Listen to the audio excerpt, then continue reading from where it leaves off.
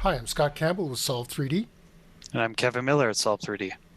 Kevin, let's say I've got a special project and I need to put in a local projection. How do I go about doing that? Yeah, so you might have a project that you collected in some local system coordinates.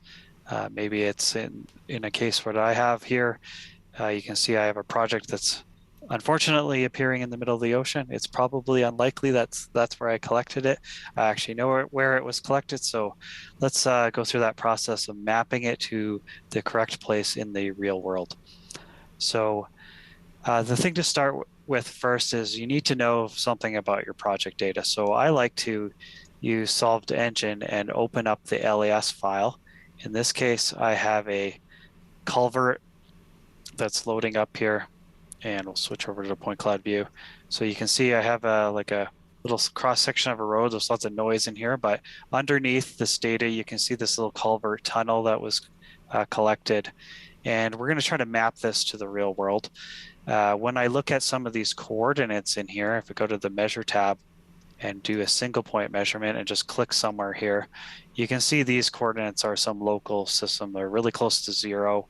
They don't represent a UTM coordinate or a state plane coordinate. So to map it to a real place in the real world, we use Encompass for that. So again, you have to be an org administrator to do this. So you go to management, you go to projections.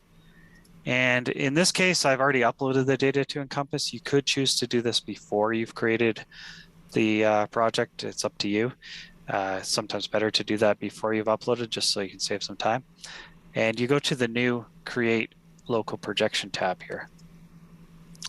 And so you should see a little map of the world and a table here of where you can enter some coordinates. So we basically have to map some coordinates in our LAS file back to coordinates that we see on the map. So we're going to start, we need at least 3 coordinates. If you can give it more than 3, it will be a little more accurate, but I would recommend at least 3. And as a tip, it's best to triangulate these coordinates. So I'll show you an example of that. First, it does help to get to a specific lat long in the world that is that you know where the project is. So I do have those copied here. I'm just going to paste them in just to kind of narrow it down to, someplace at least close. So I'm going So to this click in this is here. a point with the lat and longitude that is part of or is where this data was collected, right?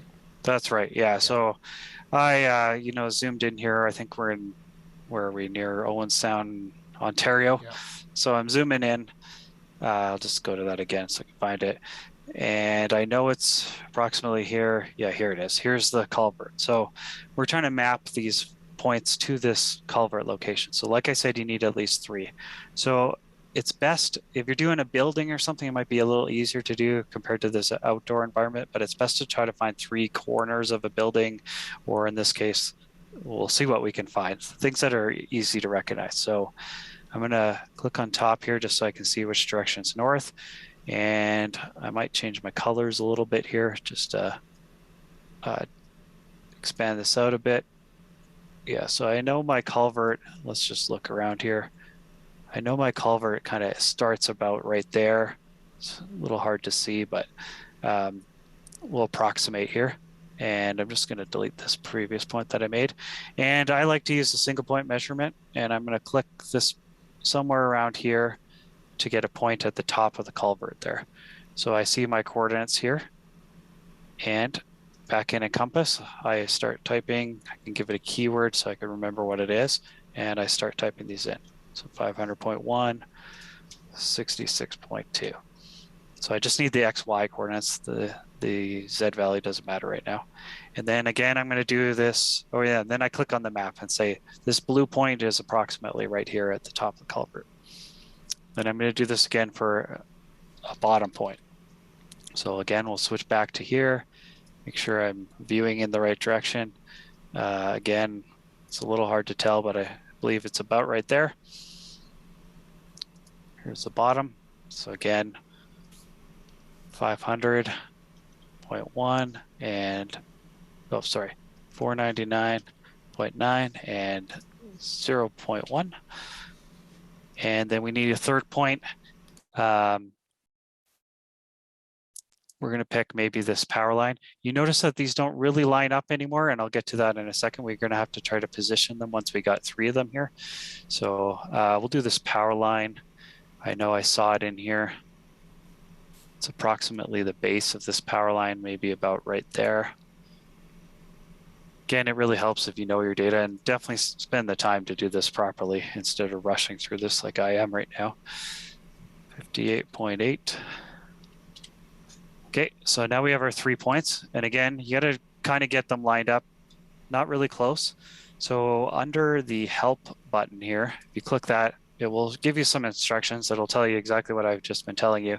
But step 2 here is you can scale and rotate and transform these. So transforming being that I clicked where I want them on the map, I can drag them around, but I can actually scale and rotate these values.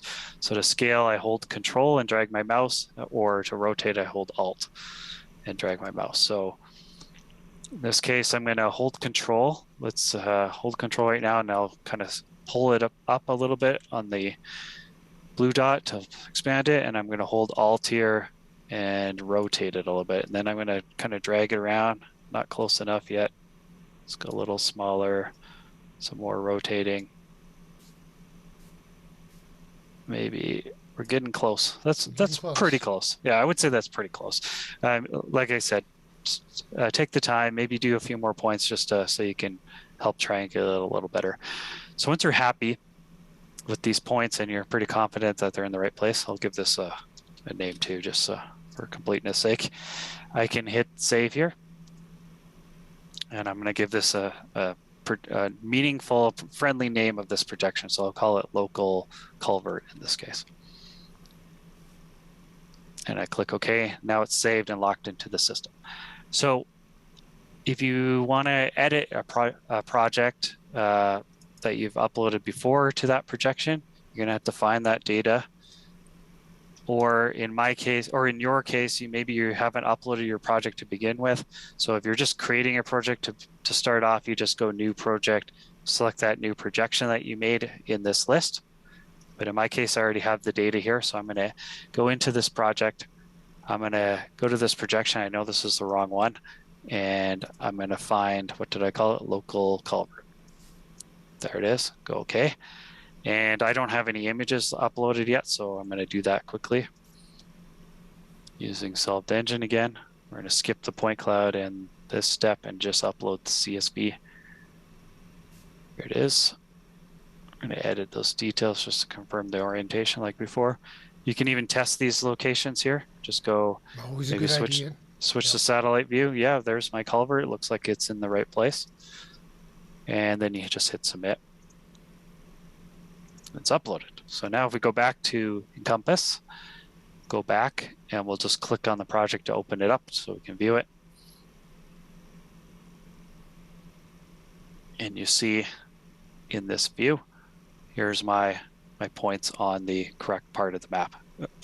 Again, if you spend the time to make sure this is exact, you'll get probably a little better results than I did, but it's not too bad. So, Kevin, a very useful tool if you've got a project and the data are in a local coordinate system and you want to place it into an Encompass project in the real world. This is a useful way of translating that local coordinate system into something that fits inside Encompass. That's right. Okay, great. Thanks very much. No problem.